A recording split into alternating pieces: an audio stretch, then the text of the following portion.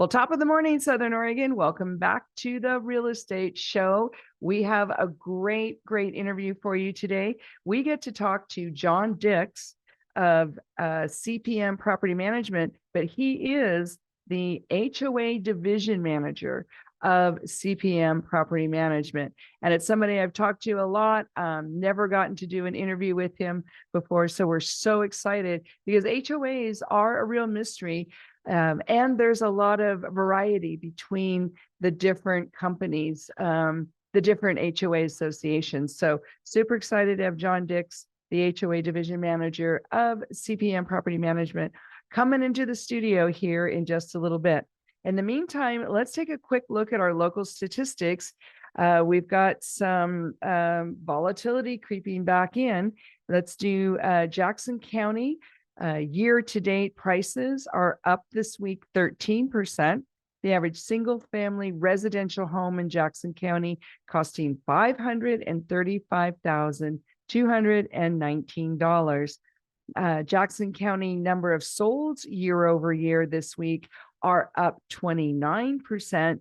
We had 53 closings in the residential market this week in Jackson County. Number of listings year over year in Jackson County are also up 6%. We had 777 active residential listings on SOMLS this week.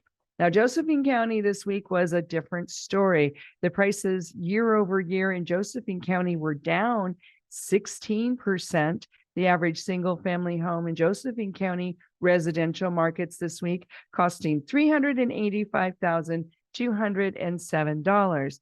The number of solds year over year in Josephine County were also down 5%.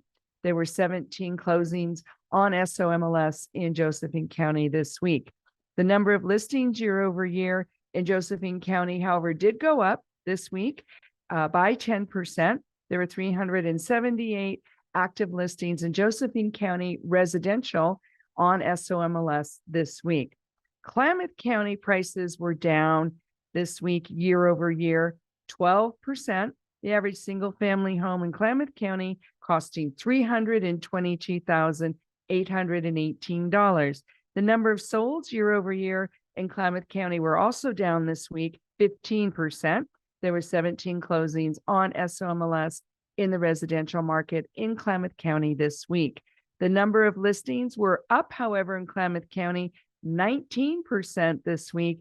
There were 296 active listings on SOMLS in Klamath County this week. So Jackson County is very strong this week. Josephine County is having some struggles in the price and the number of solds department, but their listings are up, and the same with Klamath County. Listings are up, but the number of solds are down and the prices are down a little bit.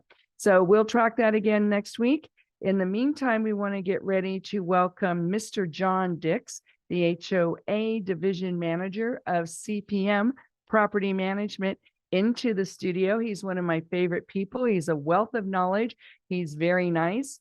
He's one of the dedicated staff of the HOA department with commercial property management for us old timers with CPM Property Management. He's going to bring us up to speed on what HOA management is like and a lot of other good stuff. Well, it's so great to have you on the show today, John. Thank you for coming. Thanks for having me. So let's hear who you are and tell us a little bit about how you came to commercial property management. We call you CPM now, but yeah, we've been CPM, I think, since 2010. It's well, hard to get rid of the old name. It sticks. Yeah. Sorry about that. So CPM Real Estate Services. I've been with the company since 2010, actually, and that's when I moved to Ashland. I was originally from the Chicago area, bounced around to Iowa, to San Diego, basically following my wife around, who got a job here in Ashland working for the U.S. Fish and Wildlife Lab there in Ashland. Oh, awesome. So that's brought me to the area originally, and I had been in property management prior to that, and I initially started off in the residential division doing property management for CPM. And about 2015, the person that had run the HOA division here retired. And so they said, hey, we think you'd be good for this. And okay, I don't know anything about HOAs, but I'll give it a shot. And so, yeah, I've been doing HOA management now for about 9 years. It's definitely a specialized niche that maybe a lot of people aren't really too familiar with. But yeah, so about 9 years, and there are special designations that you can achieve through national organizations. So I have a certified manager of community associations designation along with association management specialist designation. And so you take tests and study up and do continuing education for those designations. And I think right now I might be really the only one in the Southern Oregon area that has those designations. So it's kind of I bet you are. I don't think specialized. yeah, that's even a thing that you can get certified in that. That's really awesome. Very professional. Yeah. So right now, the office here, we manage about 55 different homeowners associations and quite a variety of shapes and sizes. Some are as small as 8-unit condos to 250 lots. Single family condos, townhomes, you name it, everything in between. And so we manage between Ashland and up to Roseburg, even up to Cape Junction. Really? Yeah. So a wide stretch of real estate that we got to cover. And each HOA is different. I would say probably the one question we get all the time from places like, well, my dues, they're this, and the other HOA, they're that. How come mine are so much higher than this one? Well, there's so much that goes into what HOA dues comprise of. One being the size, of course, and what the HOAs cover. Some have pools, some have tennis courts, some have clubhouses, some have exterior maintenance covered, some have some utilities covered. It's just there's no real way to do an apples to apples comparison on some of these because the variables are so wide. And again, how many people are in there, how long the savings have been going on really impacts what the HOA dues might be. So yeah, it's a question we get all the time. You just unfortunately can never give them a really good answer because you can't compare one to the other. They're all different. Well, and that's a really good point. I don't think people realize that. Can we start by just talking about what an HOA is? Because some people have misconceptions about that. Mm-hmm. Yeah, so there's really two primary concepts of HOAs. One is what most people might think of as a condo association. And so those are typically going to be almost like an apartment level style look to them, but not necessarily. It's really an architectural design type thing. It's really how your governing documents are set up. So you're typically not owning land in that situation. And then the bigger developments in a homeowner association is PUD, and that's going to be your more normal, what most people probably think of an HOA, where some might be gated, some might not be. But what's a PUD? It's a planned urban development. So when you're going into the governing documents, there's two things that will be set up. Either it's a condo or it's a PUD. Gotcha. And there are two different Oregon state laws that manage those. They're very similar in many ways, but those are the two types of associations. So the homeowners association, a condo association, they're going to have governing documents, and those are typically called CC&Rs. And bylaws, and those are going to be how your association is run, what kind of rules and regulations are in that association. And again, those rules will change between one association and the other, so they won't all be the same. They're very unique, although usually there's some things that are pretty similar, but that's going to be the Bible. That's what you go off of. Whether you like it or not, you need to follow those rules and regulations. And so that's going to tell you, what the association is responsible for. If there's maintenance involved, what the common areas are. It's going to tell you what the rules and regulations are. Yeah, you can park on the street and you can't have an RV, and only this type of dogs are allowed, and you name it. Trash bins, that's one of the favorite ones. Can you leave your trash bins out on the street or not? So yeah, that's going to be the main thing. You're going to have a set of governing documents. Ideally, hopefully, being in the real estate world, the realtor, both buying and the listing realtor, is going to be providing that to an incoming buyer, so they know full well what they're getting into. And then the title company is often also supposed to provide that governing documents to them as well. So you're going into an HOA, you should know that you're in an HOA. It should not be a It surprise. should not be a surprise, but it's amazing how many times it seems like I had no idea I was in an HOA. I don't know how you didn't figure that out, but did you not see the gate that you went through, or did you not see the sign in the community? You see how But it nice and happens. clean it was? Yeah. I mean, that's a great example. I mean, you can drive down a street and it's often you can pretty much tell, okay, well, that's an HOA, and then the neighboring block is not an HOA. It's surprising how much you can tell. And it's funny when we're driving around town at times, we're looking at properties like, oh, that'd be a violation. Wait, they're not an HOA.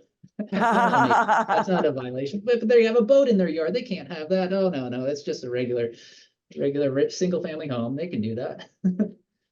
Catches your eye though. Well, it's interesting because I bet you can spot the ones that do have governing bodies, so to speak, and the ones that don't. Yeah, absolutely. Like you said, it's pretty obvious. Yeah. And that's one of the reasons why people have HOAs, is to protect the value of their homes and to enhance the value of their homes. So absolutely, that's why it's there. That's one of the main reasons that they exist. It also kind of helps everybody know what the rules are, and everybody's playing by the same rules. Yeah, exactly. That's consistent, have it lined up in a consistent way. That's what everyone's concerned about nowadays, is not being treated differently. And if the rules are written well, everyone should be able to follow them and make sure that they know exactly what's in front of them and can adjust. Well, we're gonna have to take a quick break. We're talking to John Dix, the HOA Division Manager of CPM, for us old timers, commercial property management. We'll be right back after a quick word from our sponsors. Well, welcome back, Southern Oregon, to the Real Estate Show. I'm Alice Lema, broker at John L. Scott Real Estate here in beautiful Southern Oregon. And today I am so tickled to get to talk to John Dix, the HOA Division Manager at CPM Property Management. And the HOA division, I mean, you and I have talked email and on the phone for years, John. Thank you so much for being on the show. Yeah, no problem. So right before the break, we were talking about how you in particular, you can drive through a neighborhood and tell if it has an HOA or not. Yeah, absolutely. You can really tell, and you can see why there's a value to having an HOA versus not. And again, a lot of that is the way, just the presentation. And I'm sure realtors see it all the time too, is that, hey, this is going to sell much easier because the house looks so much nicer, and the lawn's maintained and the house is probably maintained, and you can really tell that there's a value to having that HOA in place for sure. And it keeps the values going up. Absolutely. Yeah, good for resale. So during the break, you and I were talking a little bit about why somebody might hire a management company to run their HOA. I think that's a really interesting thing to talk about. Do you want to address that? Yeah, there's when we get new business coming to us, there's going to be two different avenues. One is an association that's been self-managed. And usually if it's been self-managed, they are tired of doing it themselves. And there's multiple reasons why they're doing that. One, if it's a small association, it's just kind of beyond anyone's expertise on understanding the governing documents. And even the simple matter of collecting dues. That can be a real pain for someone to have to go to a neighbor and say, hey, where's your check this month? Especially if there's people that aren't paying on time. That becomes very awkward between neighbors to have to deal with. And if there's problems between neighbors, it becomes very awkward for a board member to have to deal with their buddy next door. They could be friends. Maybe they're not friends, but it becomes a strange relationship when you're put into that position. And having a third party be involved really takes a lot of pressure off of them. And that's one of the main reasons when we get self-managed people is that they just can't do it anymore. And they want to have that separation of having someone be able to be the go-between the board and the homeowners there. So that's one of the probably the biggest reason we see people come from self-managed. Managed associations, it could just simply be that when we're picking them up, maybe they weren't happy with the way it was done before. But when you're dealing with self-managed, chances are they don't know what they should know out there, because rules change all the time, laws change all the time. And they can be pretty serious laws if you're not following them. About a year or so ago, there was a new law that required every association in the state of Oregon to have their governing documents reviewed and confirm that there is no discriminatory language in the governing Oh, document. that's good. I'm surprised that is only a year old.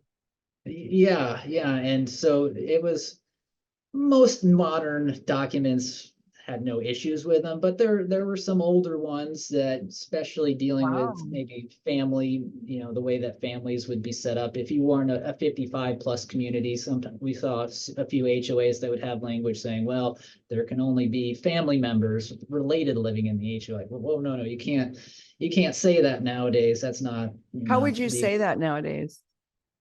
Well, you couldn't say it at all. Ah, there you So go.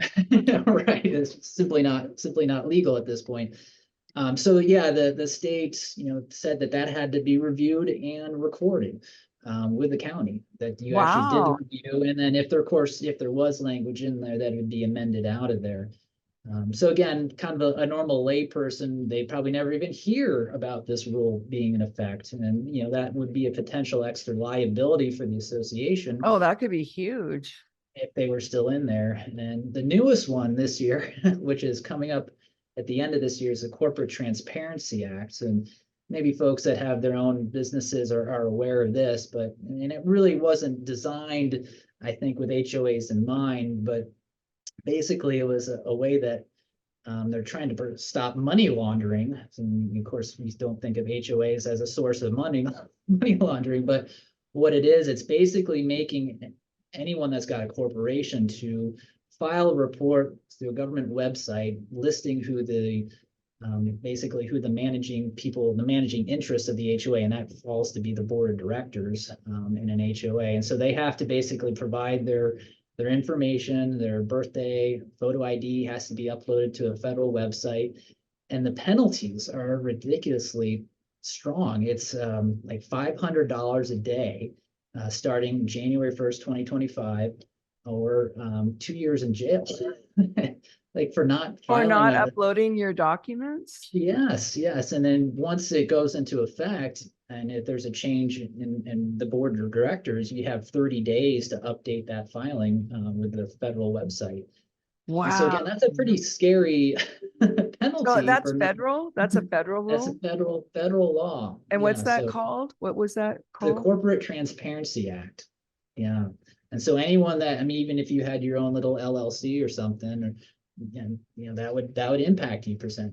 So you'd have to go onto the website. It's super easy to do, especially if it's just one person, but it's just kind of a real pain. And the national organization, the CAI, is Community Association Institute, they're fighting to have HOAs exempt from this rule. So again, I don't think the lawmakers were really thinking this one through as the hotbed of illegal activity. But I'm sorry. I know you wouldn't expect that this would be the main source of money laundering, which it's not, of course. But we also do hear of theft in HOAs. There's a lot of horror stories of board members, Stealing what? taking the reserve fund and heading off to Hawaii, Oh, or no. they're going to be the ones that are especially self-managed. They control these funds. They're the check signers on these accounts. Oh, wow. So do you as homeowners, do you trust the person that's maybe elected as a treasurer to have that? And if you don't have the proper insurance on the HOA, you might be out all that money, and it's just gone. So can you So get insurance for your board member stealing the reserves? yes, absolutely. Yeah, yeah. I bet a Fidelity lot bond. of I bet a lot of them don't even know that. No, and it's actually also it was a new rule, new law, 3-4 years ago, actually, by the state as well, is that homeowners associations are supposed to have a fidelity bond just for that case as well. That's a state Um, of Oregon. Yes. Yeah, Yeah. that's actually a good Exactly. one. Sometimes, oh, Oregon, as fussy as they are, they do the right thing. Yeah, there's definitely a few examples. Another good one is there's a law that they passed where an HOA could not just arbitrarily ban solar panels. They want the state of Oregon obviously wants to encourage HOAs or homeowners to have solar panels. So they don't want to give the power to HOAs, which in many cases they would, often have the power to restrict a modification to a home. And that would typically be adding a solar panel to your roof. And so they're taking that power away from the HOA and saying, hey, if the owner's going to want solar panel, there's really not much you can do about it. So that's Okay, one of interesting. those good things. Yeah, Yeah, yeah. exactly. Well, we're talking to John Dix, the HOA Division Manager at CPM Property Management, somebody I've known for years and so happy to have on the show. So, John, we were talking about when organizations are managing themselves and then they decide to hire a manager. That is starting to make a lot of sense because there's some real pitfalls just in the legal side of Absolutely. not staying on top of things. Yeah, yeah. Just there's a lot of liability out there from association. Again, if they don't have the proper insurance, it could be simple matter of the liability of, a trip and fall on the association. Do you have coverage for that? Or, do you have the right insurance for the building if the HOA insures a building? Mm-hmm. That's one of the tricky things that I get from realtors all the time, especially when they're looking at townhome communities. The Mm-hmm. assumption often is, oh yeah, it's a townhome community. HOA's insurance is probably covering the exterior of the building. Oh, that is true. A lot of them do And it. it's not the case sometimes. Sometimes it is, sometimes it's not. It depends on your governing documents, but it's something that we see all the time. And it's weird because you would think that the buyer or the seller is telling their agent, well, here's what I pay. They should know if it's insured or not, but for whatever reason, that information doesn't always get passed along. And so a person will go in and get the wrong type of insurance and not be fully covered in the event of a fire or windstorm or something like that. So Yeah, and it's hard, owners forget, and a lot of owners don't go to the meetings. And, I've discovered that some don't even open their mail from the HOA, which is really bad. that's that's true. So Absolutely. Yeah. maybe we'll get some people hearing your talk today to open their mail from the Yeah. Yeah. HOA. Right. And of course, so much most of it's via email nowadays. Save some trees and get your notices via email. Yeah. But we can't make them read the email Yeah. either. Yeah. Well, we're going to have to take another quick break. Say thank you from our sponsors. We'll be right back with more John Dix.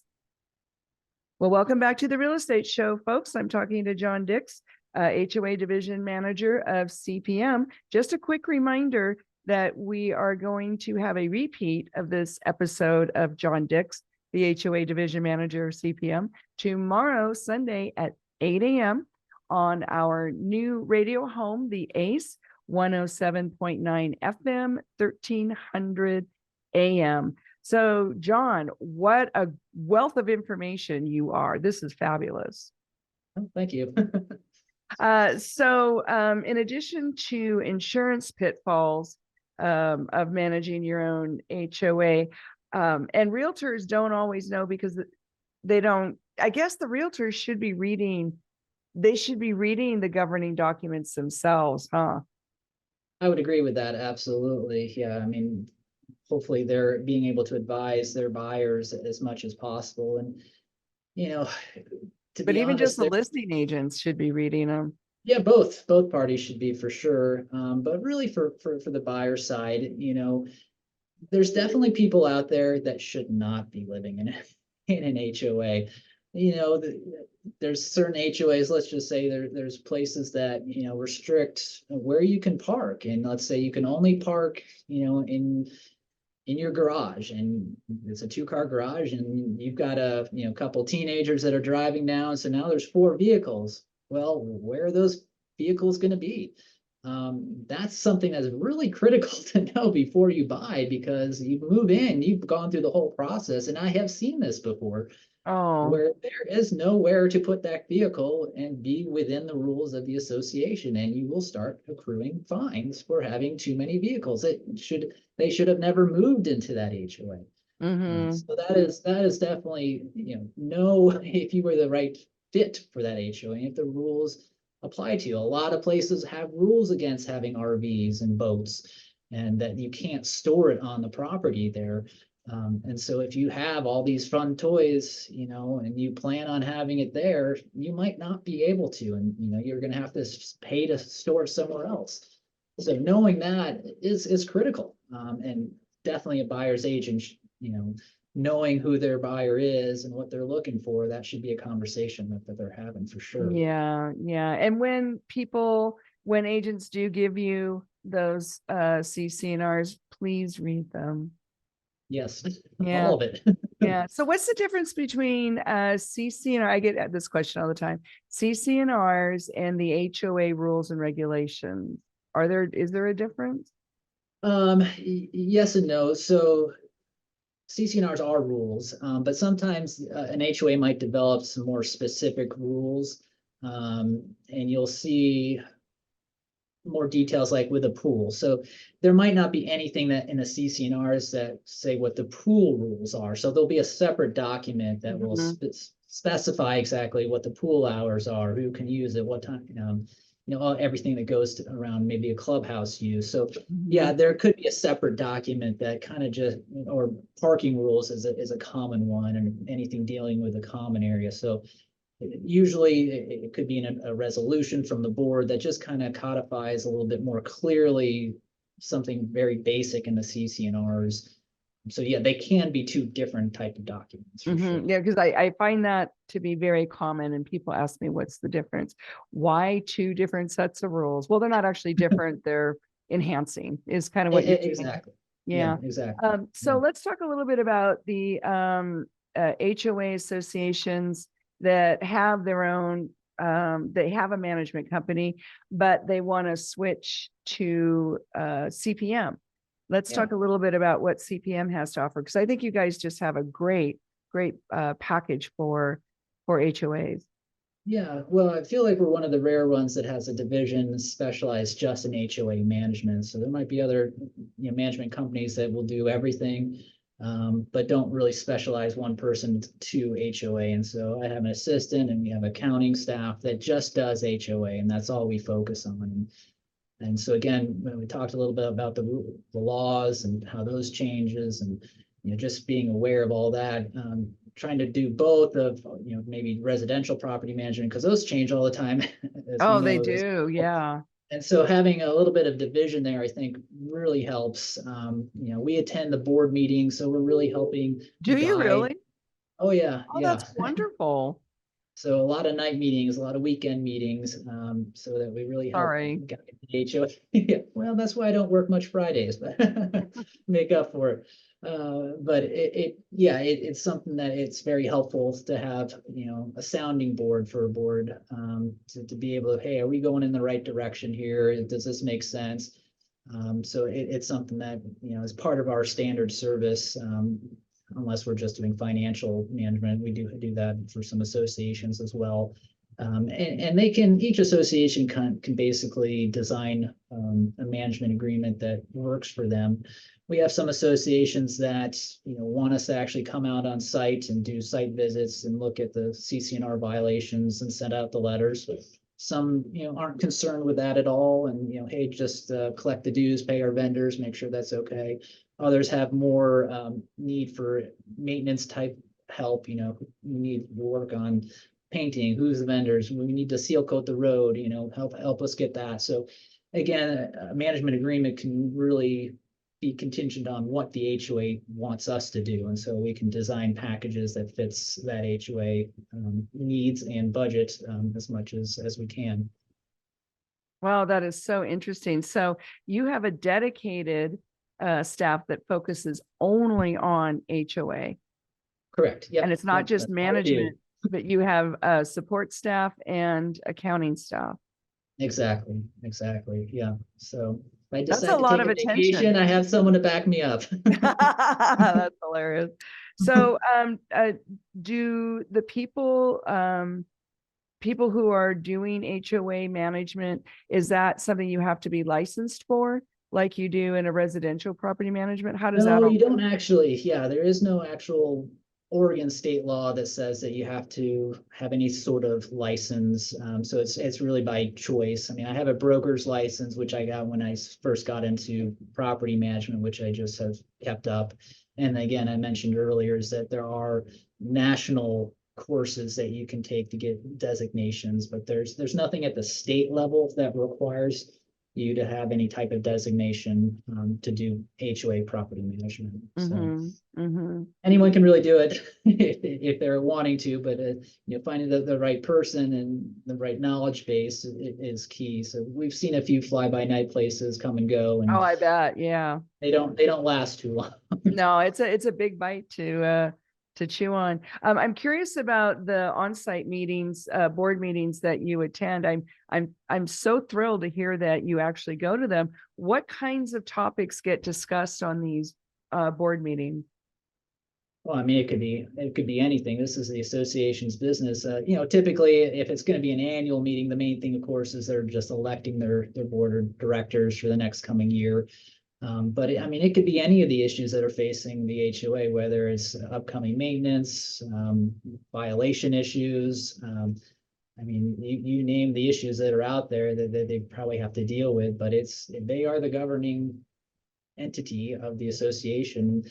One of the things we often run into that people think, well, CPM they're making the decisions for the board and they're making the calls. Like, no, we work at the direction of the board. And so Oh, we're right. helping the board put into action some of these things, but we're not the ones that are actually making the decision. And then we will get times where the board will say, well, can't we just have CPM do this all for us and make the decisions for us? Well, no, that's what your governing documents very clearly state, who's going to be president, how this is all going to be governed. And there's, obviously there'd be a conflict of interest there if we're making the decisions. Well, okay, Oh, that's I think true. I think we should pay CPM, $5,000 a month, and that'd be great. So you can't put that necessary power into our hands.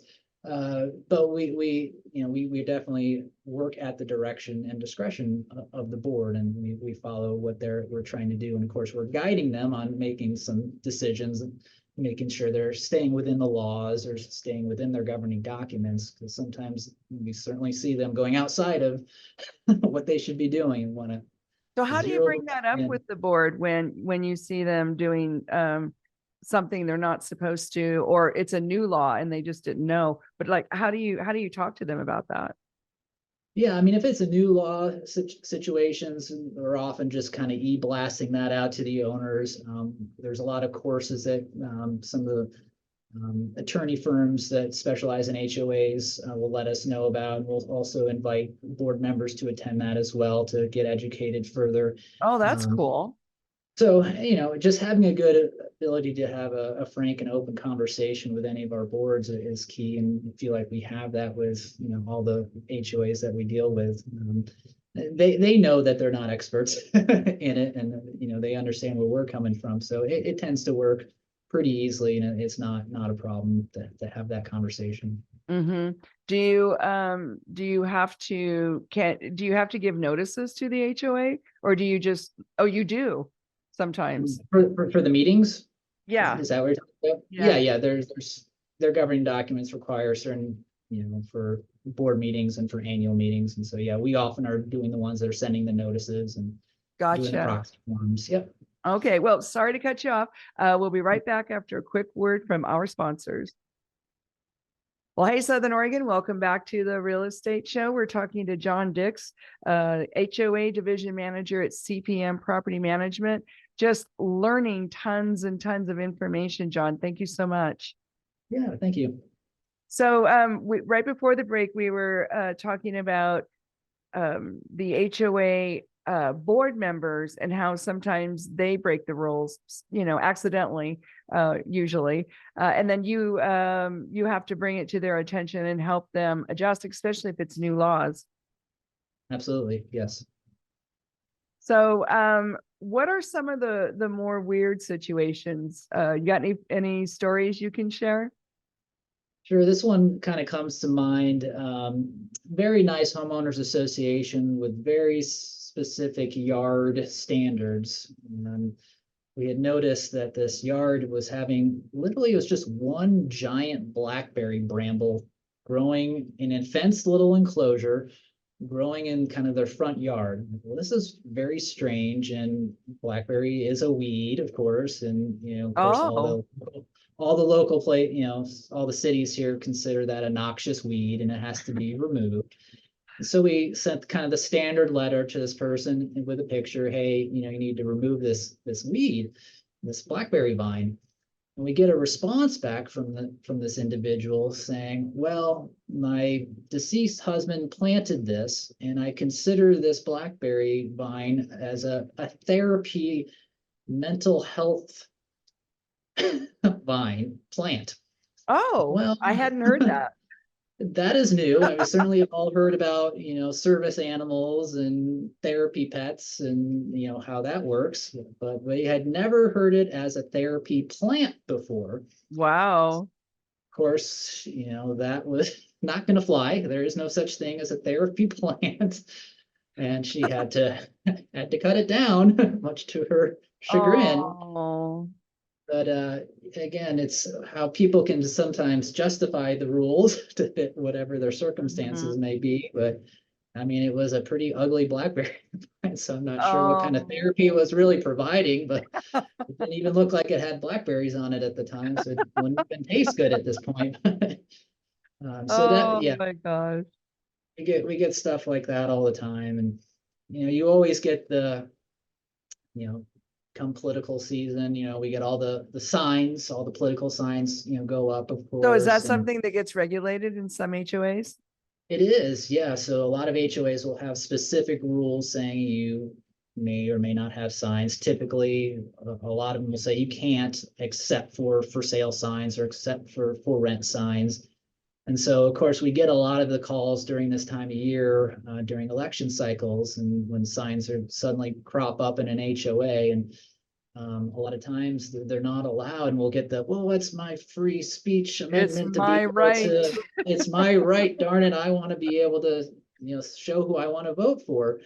And of course, usually who's reporting it is on the other side of the spectrum, but it's still against the rule regardless of whose sign it is. And so there is no rule for free speech, and when it comes to HOA political signs, if you have documents that say you can't have it, you can't have it. And of course, all the cities around here will have some sort of ordinance as well in terms of how soon before the election you can put it up, and how soon after the election occurs that you'd have to take it down. So you have multiple levels of where that might be restricted. Yeah, But it's yeah, not just you. it's not protected by free speech if it is in your governing documents. Oh my gosh. Yeah. Well, let's talk about what happens when someone is not in compliance, but they're not able to fix. So sometimes the rules require maintenance and upkeep and things. What do you do if somebody just doesn't have the money? How does that get handled? Yeah, you do see this every once in a while, and many of the governing documents will have some sort of provision in there that will grant the HOA the ability and right to go onto someone's personal private property and correct Really? that. Yeah, now there's going to be some notice period, of course, of before they're doing that. But yeah, ultimately, if you're in a townhome and let's say they need to paint and it's just falling apart and they're not doing it, the HOA can come in and paint it and charge them to their ledger. How well they might get that back down the road, who knows? But ultimately, for protection for the rest of the community, again, we're wanting to protect the overall look of the association. It does make sense to have that one house painted and look good. So yeah, usually there is some sort of provision that does grant the HOA the right to do that. Interesting. I always wondered about that. So what if the homeowners want to change the rules? Can they That's a do good that? question. They can, but it's not easy.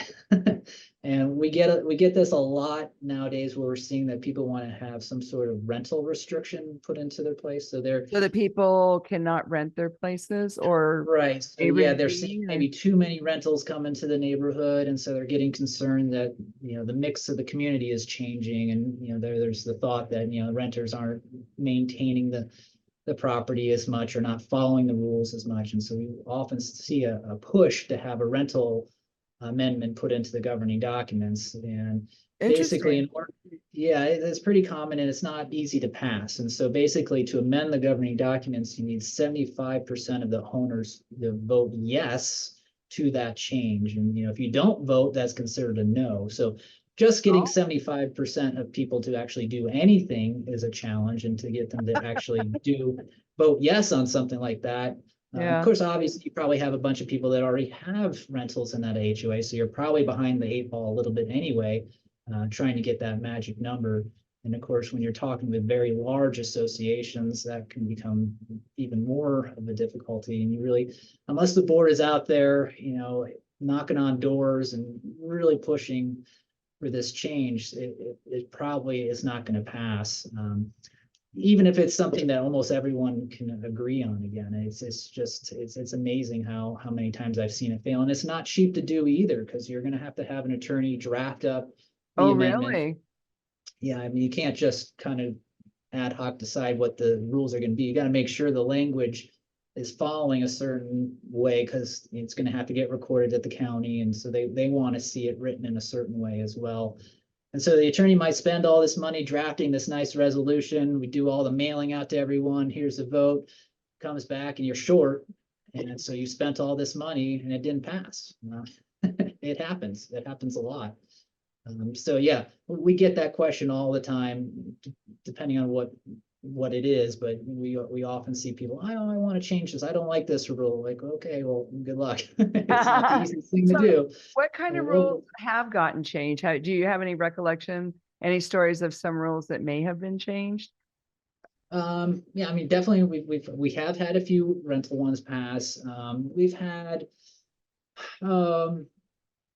just sometimes clarifications on some points that maybe not clear. Mm-hmm. How maybe dues are allocated or set up. Mm-hmm.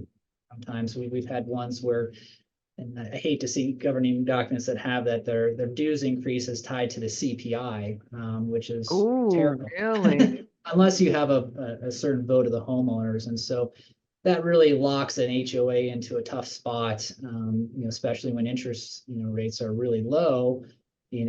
That's hardly a growth, and any big expenses, suddenly the HOA is behind the 8 ball and can't raise the funds because their governing documents say you can only raise it so much.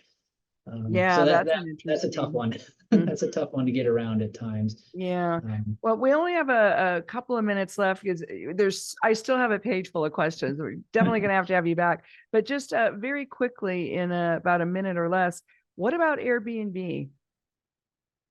That's a big question, and it will vary. And it seems like it's a little bit of disagreement amongst attorneys as well on exactly if it's allowed or not. Because is that a commercial use or is it a residential use? And that's the big question.